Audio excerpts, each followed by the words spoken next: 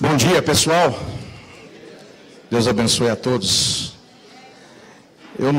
Eu tinha combinado com ele para falar só sobre, aonde ele parasse, que dizia só sobre amigo. Que não era para continuar exagerando não, viu? Mas o que faço, eu faço com muito carinho e com muita atenção. Pelo que eu faço, eu já desenvolvo como assessor legislativo, analista legislativo na Câmara dos Deputados há 20 anos. Lá cheguei, eu tinha 18 anos, 23, que eu já estou com 41, né? Não tem problema de falar da idade. E desde 2007 nós estamos assessorando já a liderança do PSC, lá na Câmara dos Deputados, e com um amigo seu, um conterrâneo seu, o deputado Hugo Leal, a quem você conhece, sabe muito bem, nós montamos a liderança do PSC, logo após quando nós retornamos na Câmara, tendo eleito 9 deputados.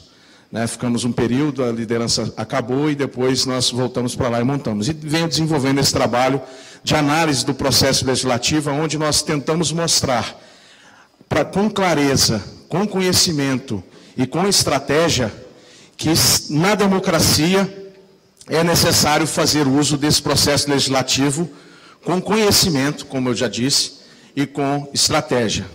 O Paulo Enéas e o Alan dos Santos, que agora eu tenho a honra também de estar lá no canal Terça Livre, todas as segundas e sextas-feiras pela manhã, ajudando o Alan na questão de desvendar um pouco do mistério dessa questão do processo legislativo e adiantando para os internautas do canal e todos os nossos seguidores lá, adiantando um pouco como vai ser a pauta da semana do Congresso, para que todos possam saber o que a Câmara vai trabalhar e o que o Senado vai trabalhar.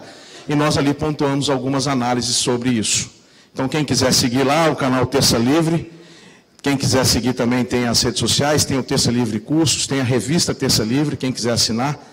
Então, vamos logo, eu não preciso me delongar, porque aqui os grandes atores políticos são os deputados, são os nossos blogueiros. Eu estou meio de penetra nesse assunto, que o deputado insistiu bastante para que a gente contasse um pouquinho de como é a Câmara, de como é o Senado, de como esse processo legislativo funciona, para que vocês pudessem também saber disso e pudessem pautar os parlamentares de direita conservadora e pudessem trabalhar isso de alguma forma mais ativa e mais direta e com conhecimento, tá certo? Eu, antes de iniciar, deputado, vou tomar a liberdade de fazer uma indicação. Como nós já estamos também fazendo isso já com o Alan dos Santos, já com o Paulo Enéas, indicações de temas, livros e essas informações que são pertinentes ao conhecimento de vocês, eu gostaria de indicar para vocês esse livro do Wayne Grudem e do Barry Asmus, que diz A Economia e a Política na Cosmovisão Cristã, Contribuições para uma Teologia Evangélica.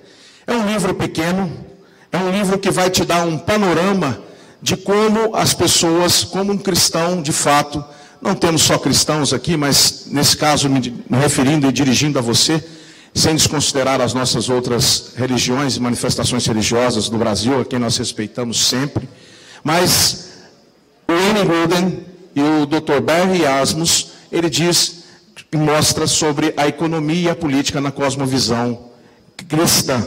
Então, você tem aí um livro também, além do vídeo do Yuri Bezmesmovs, né, para você ler, que o Alan deixou, e você estudar, e eu te aplico também esse livro para que você possa levar aí para sua casa, e depois quem quiser pode me pautar. Lá nas redes sociais, quem quiser me seguir, Daniel R. Lemos no Twitter, Daniel R. Lemos no Instagram, tá bom? Estão preparados? Eu vou fazer um pouquinho mais rápido, a minha dinâmica é um pouquinho diferente dos nossos jornalistas, dos nossos deputados federais. Eu vou tentar passar para vocês uma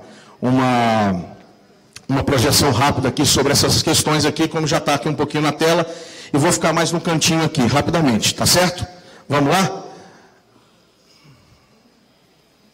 Aonde está só me ajuda aqui, aonde está para passar aqui? Pronto. Aqui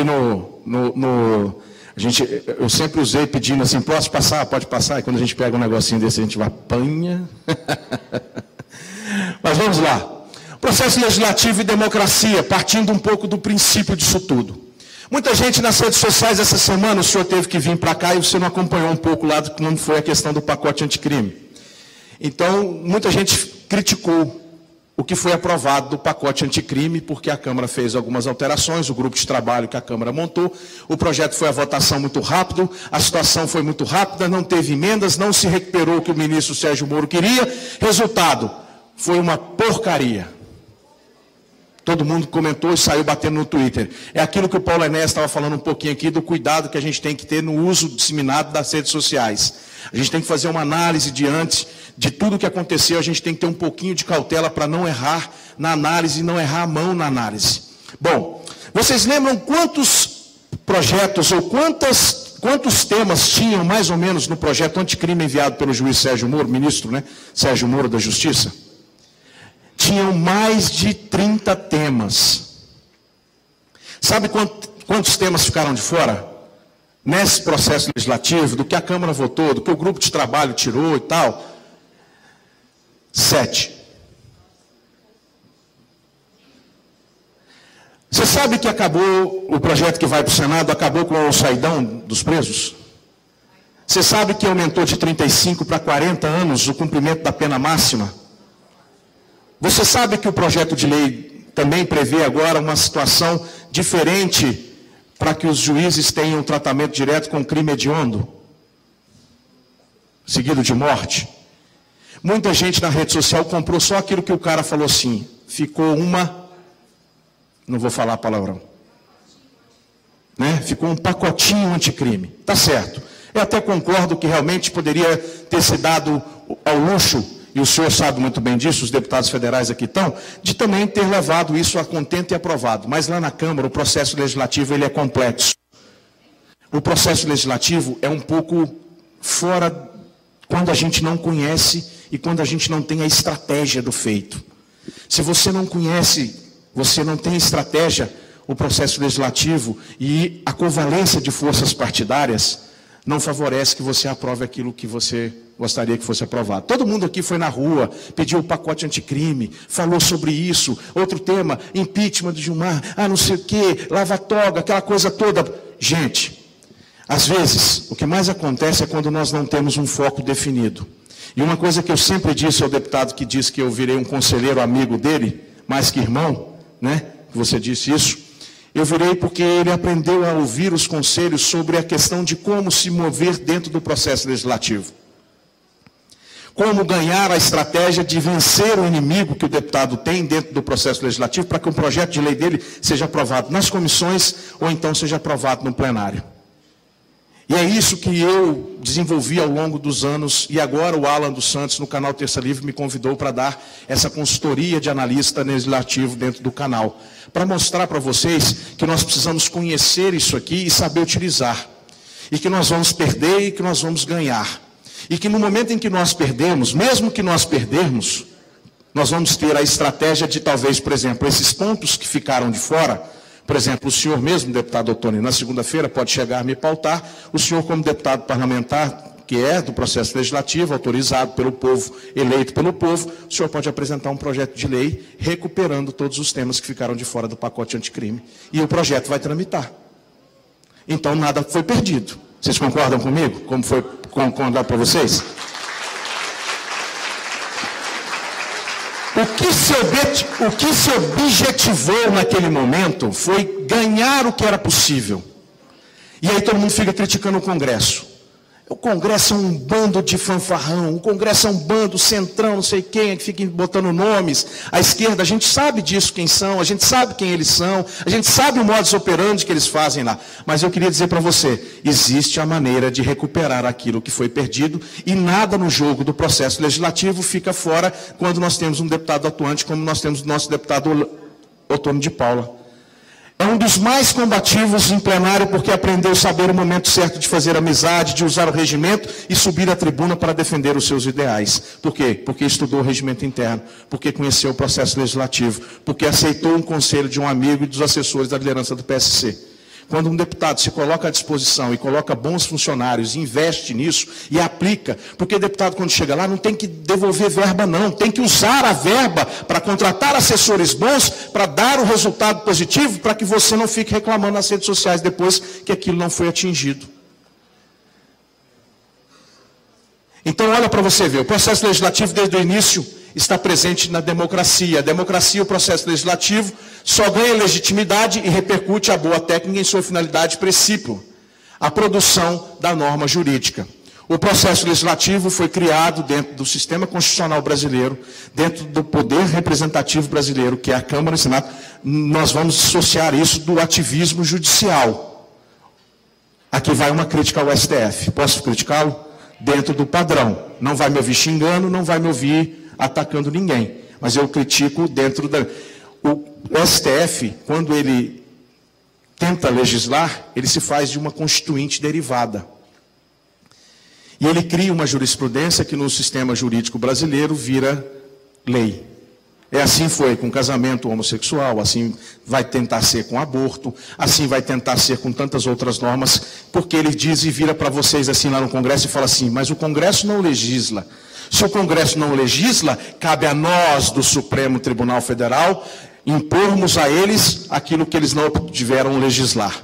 Mas ora, se nós elegemos quase 49% de novos parlamentares, e nós temos mais ou menos, se você for perguntar para cada um dos parlamentares lá, se é conservador de direita hoje com o governo Bolsonaro, nós temos quase 60% de maioria na questão do conservadorismo de direita e que possivelmente apoiam o presidente Jair Bolsonaro.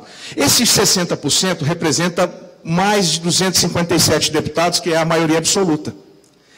Se não existe a maioria absoluta e se não se tem nessa questão uma matéria, e se o Congresso não decide legislar sobre ela, o Congresso não está sendo omisso no processo legislativo. O Congresso só entendeu pela sua maioria, porque existe maioria na Constituição e existe minoria. O Congresso entendeu que não deveria legislar sobre aquele tema específico naquele momento. Ele pode tramitar, por exemplo, na comissão. E sabe qual é o fato, o exemplo que eu digo para vocês? Por 2 vezes eu acompanhei a deputada Marta Suplicy tentar impor ao Congresso uma PEC que aprovava o casamento civil das mesmas pessoas do mesmo sexo. E por 2 vezes ela foi podada na reta final, tanto no Senado como na Câmara. Porque a Câmara e o Senado disseram que não iriam votar aquele projeto que estava pautado e apresentam os requerimentos de retirada de pauta e faz a obstrução necessária para aquele projeto não ser levado adiante. Esse é o modo que a esquerda tem aplicado hoje em dia com o presidente Jair Bolsonaro. Mas quando é a direita que faz, aí é tapa na gente. Se a gente usa o mesmo modus operandi deles, contra eles, eles surtam e não querem que isso aconteça. Então é muito interessante vocês saberem que, obviamente, não se pode desprezar o potencial transformador de normas jurídicas bem elaboradas. E aonde está você, cidadão, por meio desse processo? Você sabe aonde você se insere nesse processo? Eu acho melhor vocês irem passando aí para mim, que eu estou apertando aqui, ó, vamos ver aqui, ó. Tá para lá? Ah, tá para cá, pronto, tá ali. O processo legislativo constitui um conjunto de atos pré-ordenados à elaboração da lei, proporcionando um debate político mais amplo possível acerca da matéria legislada. No processo legislativo podem ser originadas normas de vários tipos. As propostas de emenda à Constituição, as leis complementares, as leis ordinárias, as leis delegadas, que já está mais em desuso no Brasil, as medidas provisórias, que é um ato exclusivamente do presidente da República, os decretos legislativos, que são atos do Poder Executivo. Por exemplo, um ministro ou um presidente faz um decreto, um ministro, o Congresso vai lá. Tem acontecido muito isso, né? A esquerda tem apresentado muitos projetos de decreto legislativo, tentando sustar os atos normativos do presidente da República. Por exemplo, naquele decreto de armas. Quantos PDLs tem lá na Câmara do PSOL, do PCdoB, do PSB e do PT, sustando todos os atos que o presidente da República faz? Eles utilizam muito isso, mas muitos têm sido embarreirados pelo presidente da Câmara. É verdade, a gente tem que dizer isso, você sabe também que eu tenho que dizer isso. Nós não apoiamos, talvez não dissemos que ele está totalmente favorável à pauta do nosso presidente Jair Bolsonaro, de direita e conservador. Mas nós dizemos que, em alguns casos, ele tem sido o fiel da balança para manter as posições do Executivo, e isso eu posso atestar. E posso dizer aqui e dar o testemunho fiel disso aí. Nós não precisamos mentir sobre isso. Tá certo? E os projetos de resoluções, que são coisas e atos internos ou atividades internas de cada casa. Para mudar o regimento interno, para criar uma comissão, para criar alguma coisa, se usa o projeto de resolução. Tá certo? O processo legislativo deve ocorrer no âmbito do Poder Legislativo, ou seja, de forma bicameral na Câmara e no Senado, e obedecendo os critérios dispostos na Constituição, nos regimentos internos de cada casa legislativa e na legislação pertinente. Atenção, o processo legislativo não tem nada a ver com ativismo judiciário. E é aí que eu falei da questão do STF. O STF não pode se colocar como uma Assembleia Constituinte derivada do lado do Poder Legislativo e achar que pode legislar e criar regras para que o brasileiro siga a partir do momento em que ele entende que se o Congresso não legisla, eu então vou criar uma norma jurídica para ser cumprida de jurisprudência de cima para baixo. Ele está, de certa forma, e eu digo isso, constitucionalmente, ele está entrando na seara de um outro poder. E a Constituição, vocês sabem muito bem que diz que todos os poderes são díspares. Cada um responde por si só. Poder executivo, poder legislativo e poder judiciário.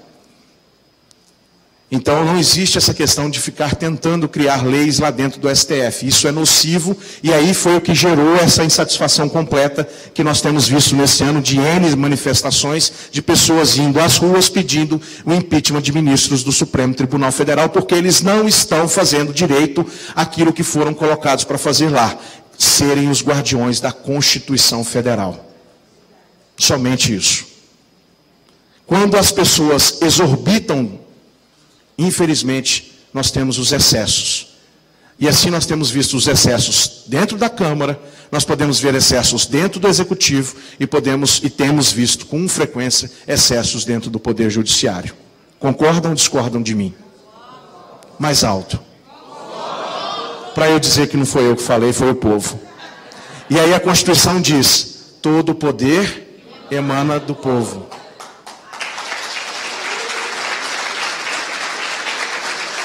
Obrigado.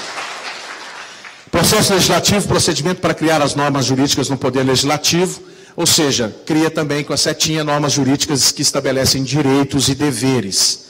Ativismo judiciário, ao apreciar uma demanda, o Poder Judiciário profere uma decisão que não se trata de lei, mas cria direitos e deveres.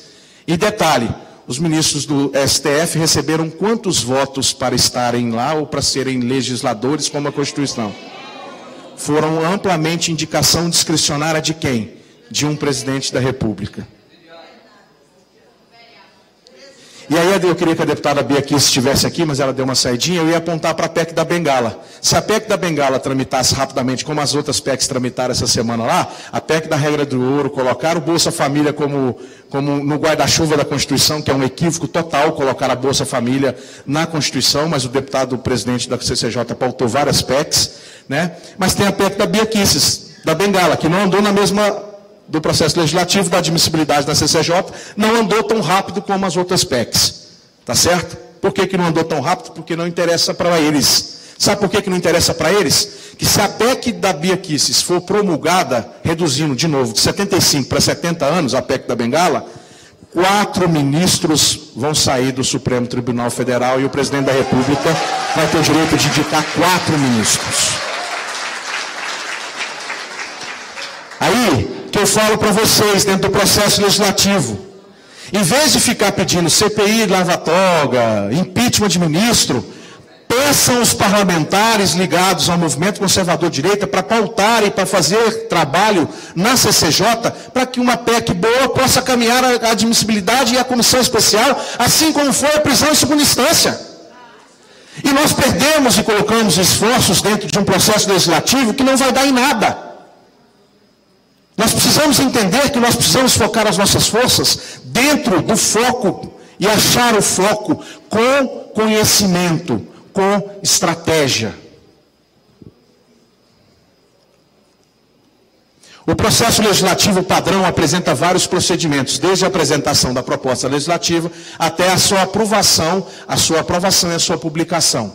Em resumo, podemos listar a apresentação do projeto, a publicação da proposição na casa, né, de origem, os debates nas comissões, em audiências públicas, a deliberação da matéria em plenário ou em comissões, o oferecimento de análise de emendas, o trâmite da proposição na outra casa legislativa, porque é um sistema bicameral, certo? O retorno à casa de origem para análise e revisão, a sujeição ao veto presidencial e aprovação e publicação da então norma jurídica.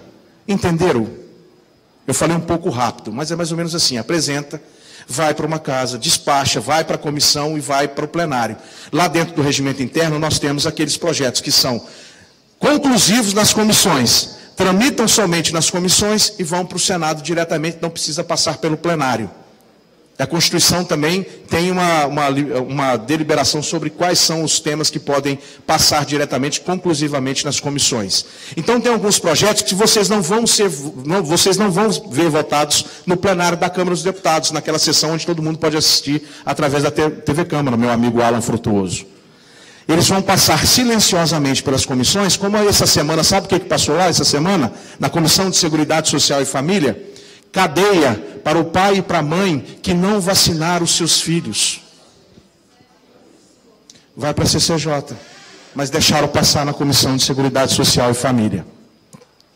Bia, eu só queria dizer que a sua PEC da Bengala, assim como o Francisquinho e você como vice-presidente da CCJ, essa semana passou várias PECs de admissibilidade lá, mas nós não vimos ainda a PEC da Bengala.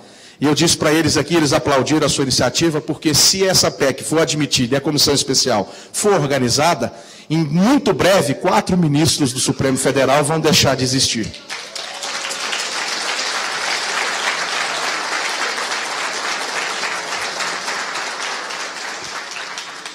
Deixar de existir é um pouco forte, né? Mas vão perder a toga. Acrescentaram bem, deixar de existir como ministro. Obrigado. Na força da palavra, da expressão, às vezes pode até gerar um dúbio, mas ele colocou bem ali, deixar de existir como ministro. Volta a sua vida pacata de jurista. Assim como o Eros Grau, quem lembra-se do ministro Eros Grau? Grande ministro Eros Grau. Essa semana ele disse, o Congresso deve sim legislar sobre a prisão em segunda instância em um artigo no Globo. Maravilhoso o artigo do Eros Grau. Tá certo? Obrigado pela sua participação, deputada. Há procedimentos especiais exigidos para aprovação de algumas leis, como o quórum de votação específica para as matérias. Vocês conhecem sobre os quórums específicos? Olha para você ver como é que são esses quórums. Nós temos a maioria simples, que é a maioria presente, a maioria absoluta dos senadores da Câmara. Por exemplo, a maioria simples é aquilo lá. Chegou no painel, atingiu o quórum de 257, pode abrir. Se ficar 200 sim, contra 57 não, a maioria simples ganha e aí o projeto vai seguindo adiante nas suas votações dos destaques, do substitutivo, do projeto de lei e de todos mais outros temas que tem, dos destaques de texto, aquela coisa toda que o senhor já sabe melhor do que eu, mas eu estou contando para vocês aqui. Tá certo? Aí vem o quórum de maioria absoluta, que é aquele quórum que você usa para aprovar somente os projetos de lei complementar. Para se aprovar um projeto de lei complementar dentro do Congresso Nacional, você tem que ter 257 votos sim na Câmara dos Deputados e 41 não no Senado. E é o mesmo quórum para se derrubar vetos presidenciais, tanto na Câmara como no Senado. Essa semana também teve a votação do veto, que manteve o veto presidencial a recriação da propaganda partidária, aquela propaganda que era veiculada por 20 minutos de 6 em 6 meses. E aí o presidente Jair Bolsonaro vetou aquele projeto e foi para a Câmara. A Câmara derrubou o veto presidencial por 277 votos não ao veto presidencial. Aí chama o Senado a opinar. O Senado só teve 39 votos, faltou 2. E aí o que aconteceu? Manteve o veto do presidente Jair Messias Bolsonaro, a propaganda partidária. Viram a importância do sistema bicameral e do processo legislativo? Antes de você criticar a Câmara, antes de você criticar o deputado, o Alan dos Santos ensinou isso aqui, o Paulo Enéas falou, eu uso 2 palavrinhas toda segunda de manhã e toda sexta de manhã no canal Terça Livre quando eu estou avaliando isso. Estratégia. Conhecimento. Antes de sair naquele rompante de achar que você... eu vou falar que uma bosta o que foi aprovado no Congresso. Lê, estuda, vê se é isso mesmo, toma um conselho daqui, toma um conselho dali, não vai de cabeça quente tuitar, colocar no Instagram, republicar uma foto de alguém que pensa diferente, dentro do próprio direita, como nós vimos que tem pessoas caminhando contra as ideias do presidente, atacando o presidente hoje. Nós temos o Ala que explicou o motivo por que ele não faz, se alia mais à questão do Nando Moura e da questão do Felipe Moura Brasil, por exemplo. Então nós temos que entender e tomar os conselhos necessários. E aí você tem a maioria absoluta, que eu disse, e você tem o quórum de 3/5. Esse quórum de 3/5 é a necessidade que o Constituinte colocou para que se alterasse a Constituição brasileira. Então, para aprovar uma proposta de emenda à Constituição, passa-se por uma admissibilidade na CCJ da Câmara, vai para uma comissão especial dentro da Câmara e depois é votada em plenário. No Senado já é diferente. No Senado, a CCJ do Senado, a Comissão de Constituição e Justiça do Senado, por exemplo, dá constitucionalidade, juridicidade e botécnica legislativa e vota o mérito no mesmo rompante. Não tem que ter comissão especial. Mais ou menos o que está prendendo, porque a Simone Tebet pediu, rompendo o acordo com a Câmara, de que vai colocar a segunda instância do Senado para votar, e lá pode ser mais rapidamente. Eu dei esse conselho no Terça Livre. Eu sugeri que a Câmara pudesse fazer o seu trabalho, a comissão especial fosse criada, mas que o Senado andasse rápido, porque o texto que fugia do artigo 5º da primeira PEC, a 410, que depois foi reapresentado um novo texto, para mexer nos artigos 192, 193, 194, 195, que trata dos ritos no STJ e no STF, essa PEC, então, teve que ser alterada. E a Dorou Visto, senador do Podemos, do Paraná, está no artigo 93 da Constituição e estaria também fora do 5º, que a esquerda já estava dizendo, olha, não mexam no 5º, porque nós vamos no STF e vamos dizer, mexeram nos direitos na cláusula pétrea. E eu falei isso desde o início, quando começaram a insistir na 410. Está errado. Está errado. A esquerda já pegou o mote, já cantou. A esquerda está dizendo, demoraram quase 2 semanas para fazer uma nova PEC, apresentar uma nova PEC, pegar nova assinatura. Quer dizer, olha o tempo que se perdeu nisso aí. E se o Senado tivesse votado, o texto do Senado tinha vindo para a Câmara, porque lá era mais rápido, se quisesse, se os senadores quiserem, e parece que tem maioria no Senado para isso, né? Pela avaliação que nós fazemos política. Trazia o texto da Câmara, o texto assentava apensado ao da Câmara, e a Câmara, se votasse aquele texto igual, sabe aonde já ia? Virar até antes do dia 22 de dezembro, promulgação de uma nova PEC, e a prisão em instância, então, voltava a valer. Eu disse a estratégia, mas poucos me ouviram. Eu contei a estratégia, mas poucos me ouviram. Então é isso que eu falo para vocês, já vou dar a palavra. Estratégia. Conhecimento, estratégia, tá certo? Posso fazer uma correção com carinho para você? Pessoal, nunca fale em APL. Não, é só para uma questão, porque muita gente usa APL. É o substantivo masculino, é o projeto de lei. Então é o PL. Eu gosto de ensinar didaticamente para que as pessoas, só assim para a gente não... O PL. Obrigado. Não é te chamando a atenção, é te dando uma ajuda. Orientando. Obrigado, é isso.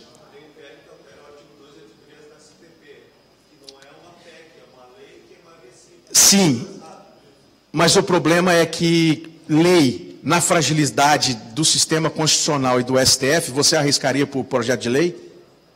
E o STF depois reúne, em menos de 2 semanas, diz que a lei é inconstitucional? Eu prefiro utilizar o arcabouço da Constituição. Por que eles estão tentando? Eu não vou muito usar aqui, porque a gente tem muita coisa pegadinha que eu vou contando aqui, e aí vocês vão estar filmando, aí depois eu vou ficar como mal lá na Câmara. Mas o senhor me defende lá, tá? O senhor me abraça e me defende. Porque eu estou contando a verdade para o povo saber, para o povo também não atacar somente o Congresso, mas também estudar, ter conhecimento, estratégia e saber apoiar o Congresso no momento que mais precisa. É por isso que eu vim aqui a pedido dele, tá certo? Mas olha, por isso que eles estão tentando colocar o Bolsa Família na Constituição.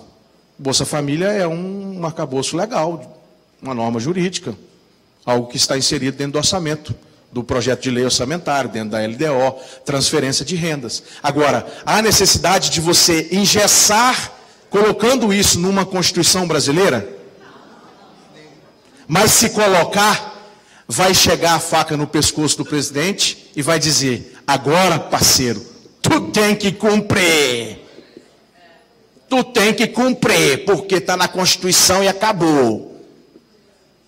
E é esse o caminho que nós queremos para o Brasil? Ferrar cada vez mais com os brasileiros? Então, talvez esse não é o caminho. Tem o quórum de 2/3, tem o quórum de 1/6, que vocês estão vendo aqui, não preciso falar. Esse quórum de 2/3 é um quórum específico para impeachment. Lembram da presidente empichada, que ontem no voo de Porto Alegre para São Paulo levou mais uma chamada de atenção, tudo? Então está aqui. Esse é o quórum para se aprovar um processo de impeachment e impeachment a presidente da República, é o quórum de 2/3. Esse quórum de 1/3 aqui embaixo, 27.171, é necessário para se pegar uma assinatura para tramitar uma PEC. Então, é meio sugestivo esse 171 por causa do Código Penal, né? Mas é 171 mesmo, 1/3, tá certo? Eu já tentei fazer a gente pensar em mudar, mas não tem jeito, tá certo? Então, esses são os quórums para vocês aí. Sem mais delongas, os ritos e formas que importam o procedimento de elaboração legislativa não devem ser entendidos como meras formalidades ou exigências tecnicistas, mas como condição de gênese democrática da lei e, em última instância, garantia de igualdade e liberdade na produção das normas legislativas. Aqui a gente tem um problema. O Congresso que foi eleito em 2018 é um Congresso que criou-se uma covalência de forças partidárias.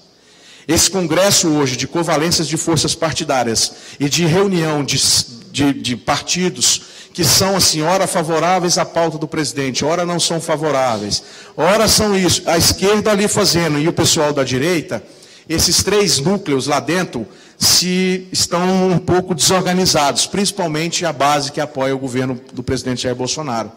E aí nós temos, às vezes, algumas coisas como essa que aconteceu essa semana do pacote anticrime. Nós não conseguimos ganhar de primeira. É necessário você, como dizia Carl von Clausewitz, no livro da guerra, que eu sou muito estudioso dessa questão da arte militar da guerra, Sun Tzu, e Clausewitz dizia o seguinte: você pode até chegar com o seu exército, obter uma vitória acachapante, mas se for necessário recuar para reprogramar a sua estratégia, as suas bases, o seu exército, volte 2, 3 passos para avançar 10 adiante. É a mesma coisa dentro do processo legislativo. Aparentemente, muitos estão dizendo, perdemos o pacote anticrime do Sérgio Moro, mas está ali um homem que pode chegar na segunda-feira e recuperar aquilo que ficou de fora. Está ali algumas deputadas, estão aqui algumas deputadas que têm que recuperar isso aí lá. A missão está com eles dentro do processo legislativo. Já sabem disso, porque eu já te pautei sobre isso. Tá certo? Então, não olhem como uma derrota. Não olhem como a gente vai voltar, reprogramar, né? Aprovar o que foi possível para fechar. Poxa, acabar com saidão, cara, para pessoas com crime hediondo. Lá em Brasília, eu moro em Brasília há 23 anos, gente. Lá em Brasília, todo saidão tem um bandido na rua matando uma família. Quer dizer, foi um avanço. Não como nós gostaríamos. Por isso nós fazemos como Clausewitz disse. Voltamos um pouquinho, organizamos o exército e voltamos à carga novamente. Em vez de vocês ficarem tuitando, CPI lava toga, em vez de vocês ficarem tuitando, impeachment do Gilmar Mendes, faça assim, quero o pacote do juiz Sérgio Moro, Senado, aprove. E tem uma briga no Senado, porque o senador Alessandro Vieira, do Cidadania, do Espírito Santo, se não me falha a memória, ele apresentou um relatório em cima do texto, igual o juiz Sérgio Moro apresentou no pacote anticrime. E esse texto no Senado, no processo legislativo, vai brigar concomitantemente com o texto que a Câmara mandou para o Senado. Aí ontem eu estava conversando com o Alan Frutuoso e conversando com algumas pessoas, dizendo, por que então começou e deixou a Câmara começar e não o Senado? Se no Senado tem mais chance de ganhar, o processo legislativo do conhecimento e da estratégia começasse no Senado, porque a última palavra, depois que revisado pela Câmara, volta para ser de quem? Do Senado. Se no Senado nós tínhamos maioria, esse projeto não podia ter começado na Câmara. Vocês concordam comigo? Entendeu? Se começasse no Senado, viesse para a Câmara, se alguma coisa acontecesse, como aconteceu com aquele processo da questão dos juízes, voltava para o Senado falava. Lá na CCJ, por exemplo, o parecer é do Alessandro Vieira em cima do projeto. O texto da Câmara pode ser que seja derrotado no Senado. Então aí nós temos algum pouquinho de ganho de causas. E aí não se pode deixar de lado a covalência das forças partidárias. E aí eu uso uma frase de um jurista alemão, defensor do direito romano puro. Aqui os juristas e os advogados de plantão. Não é o common law do direito romano misturado com a militância judiciária, mas é do direito romano puro, que é o Dr. Rudolf von Heeren. Ele disse: a forma é inimiga jurada do arbítrio e irmã gêmea da liberdade.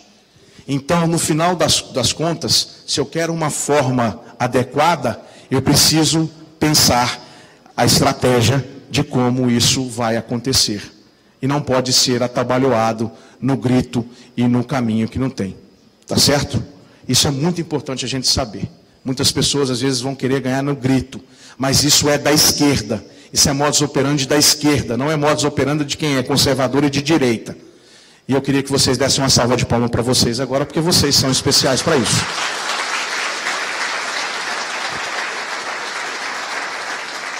Eu tinha muitas coisas para comentar, mas eu vou encerrar nos slides isso aqui para deixar os deputados falarem. Vocês já estão cansados de mim, né? Enfim, nós vamos aqui comentar um pouquinho sobre a democracia e legitimação democrática. Porque eu acabo floreando um pouquinho, porque eu quero contar algumas coisas para vocês, a mais do que está no slide. E aí a minha medial training, a minha coach medial training, ela fala: se atenha ao que está escrito no slide. Aí eu falo assim: mas eu não consigo! Aí ela fala: mas isso é disciplina, você precisa aprender isso. E aí eu falo: olha, esse chilique que eu dei aqui não tem nada a dizer, eu sou um homem bem resolvido, tá? Só deixar bem claro para vocês isso aí, antes que vocês falem. Porque a gente tem esse chiliquezinho às vezes, né? Homem tem, né? E o pior chilique dos homens eu vou contar para vocês, mulheres. Sabe qual que é? Posso contar uma coisa rapidinho das mulheres? Vou dar uma dica de como você pega o homem quando ele deixa a toalha molhada em cima da cama. Isso mata a mulher de raiva. Aí sabe o que eu aprendi com uma namorada minha? Ela sempre, quando eu deixava negócio e tal, não sei o que, ela falava para minha mãe, e a minha mãe começou a fazer uma coisa que me deixava muito raivoso. A minha mãe ia lá, a empregada lá de casa, porque a minha mãe teve um aneurisma muito cedo, em 88, aos 34 anos de idade ela teve um aneurisma, ficou semiplégica, mas a empregada ia lá, pegava a minha toalha molhada, que eu tomava banho, largava em cima. Os homens fazem isso, né? Porque eles deixam de ver, eles passam a enxergar a mãe como a esposa, e aí acha que a esposa tem que sair juntando tudo que ele larga para trás dentro da casa esparramado. Tá certo? E é verdade mesmo, a gente é um pouco meio espaçoso, né? Vamos ser, né? Aí o que acontece? Pega essa toalha molhada, dobra, redobra e põe em cima do travesseiro onde ele vai dormir de noite, molhada. Quando ele chegar de noite, vai ter uma briga leve, mas aí você finge de boba, sai, dá as costas, tal, vai reclamar. Na segunda ou terceira noite que ele deitar no travesseiro, com o travesseiro molhado, ele nunca mais vai deixar a toalha em cima da cama e vai colocar no banheiro todo dia. Tá aí uma dica. Eu também não vou bater palma, não. Democracia representativa, mas a gente tem que ajudar elas, deputado. A gente tem que ajudar elas, a gente tem que ajudar para poder somar forças. O casamento tem que ser para o resto da vida inteira. E nesses momentos que há esses conflitos pequenos, a gente dá algumas dicas para que as coisas sejam niveladas, para evitar confrontos. Você viu que saiu essa semana recentemente que o número de divórcios aumentou e o número de casamentos de pessoas do mesmo sexo também aumentou. Então a gente tem que ver essas convalescências de força. Então vamos dar uma dica para ajudar, para evitar término de casamento. Vamos subir esse índice de manutenção de casamento. Rapidamente, a democracia apresenta uma tríplice dimensão na questão da legitimação democrática que eu queria encerrar aqui com vocês. Democracia representativa quase sempre se sobrepõe às outras no entendimento do homem médio, pois encerra a ideia tradicional de representação diretamente relacionada ao voto. Alguma dúvida sobre isso? Claro, né? Democracia constitucional, dimensão jurídica da democracia pressupondo a obediência a preceitos jurídico-constitucionais. Essa é a democracia constitucional. E a democracia deliberativa, a dimensão do debate público, o qual deve nortear o processo legislativo decisório que vai criar uma nova norma legal no Brasil. Fundamental que vocês conheçam isso, para que vocês tenham condições de ajudar tanto a Câmara dos Deputados quanto o Senado, pautar os parlamentares. E por mais que muitas pessoas, às vezes, não tenham isso em mente, é aí que está aquilo do núcleo que o Alan e o Paulo Enéas estavam contando, que é possível você não ficar somente nas redes sociais, mas sair desse mundinho defectivo das redes sociais e montar núcleos na sua casa, montar núcleos no seu município, montar núcleos no seu estado e realizar, por exemplo, esse Rio conservador, Paraíba conservador, Amazonas conservador, São Paulo conservador, Distrito Federal conservador, Nova Iguaçu conservador, e divulgar as notas e as técnicas desse povo para nós mostrarmos e instruirmos para que as pessoas com conhecimento e estratégia possam, de fato, fazer a diferença ali fora. E aí, dessa gênese desses grupos, vão sair candidatos de direita conservadora, liberal econômico, a vereador, a deputado estadual, a deputado federal, a senadora, a presidente da República e a governadora, e assim nós vamos conseguir implantar a direita no Brasil e suplantar a desgraça da esquerda que causou no Brasil. É simples. A gente só não pode ficar de braço cruzado, parecendo que a gente está assistindo uma televisão sem controle remoto. Quem lembra antigamente da televisão de controle remoto? Muita gente hoje fica deitado em berço esplêndido, sentado na cadeira, mas não vai lá levantar e trocar o canal, sem o controle remoto. Levantar quer dizer sair da sua zona de conforto e fazer alguma coisa para modificar aquele meio onde você está vivendo. Isso você tem que levar para a sua cidade, isso você tem que levar para o seu estado, como aqui no Rio de Janeiro. E eu falo isso porque tem muitas pessoas nos assistindo aí, né, nas redes sociais que nós tweetamos lá, através do YouTube, do Facebook do deputado Antônio de Paula. Tem muitas pessoas em todo o Brasil. Então eu queria dizer para todos vocês do Brasil também e vocês do Rio de Janeiro, voltem para suas casas, criem essa gênese conservadora no seu município, crie isso, faça uma audiência pública dentro das câmaras de vereadores, use o processo legislativo para poder colocar a forma da lei a favor do povo de bem. Como disse o ministro Abraham Weintraub, Educação, temos que ter responsabilidade, porque quem disse isso foi a Margaret Thatcher. Temos que ter responsabilidade com o dinheiro público, porque ele não é nosso, ele é um dinheiro que vem do pagador de impostos. Tá certo? Queria agradecer. Eu tinha mais coisas para falar, mas vamos deixar, depois a gente bate um papo nas redes sociais. Esse conteúdo eu vou colocar à disposição, ele não é meu, ele está num livro sobre dialética do processo legislativo e democracia. Nada aqui a gente traz como sendo nosso, e eu não sou o precursor e não sou melhor que nenhum dos outros que vão falar. Eu só vim aqui para dizer para vocês, nós podemos. We can.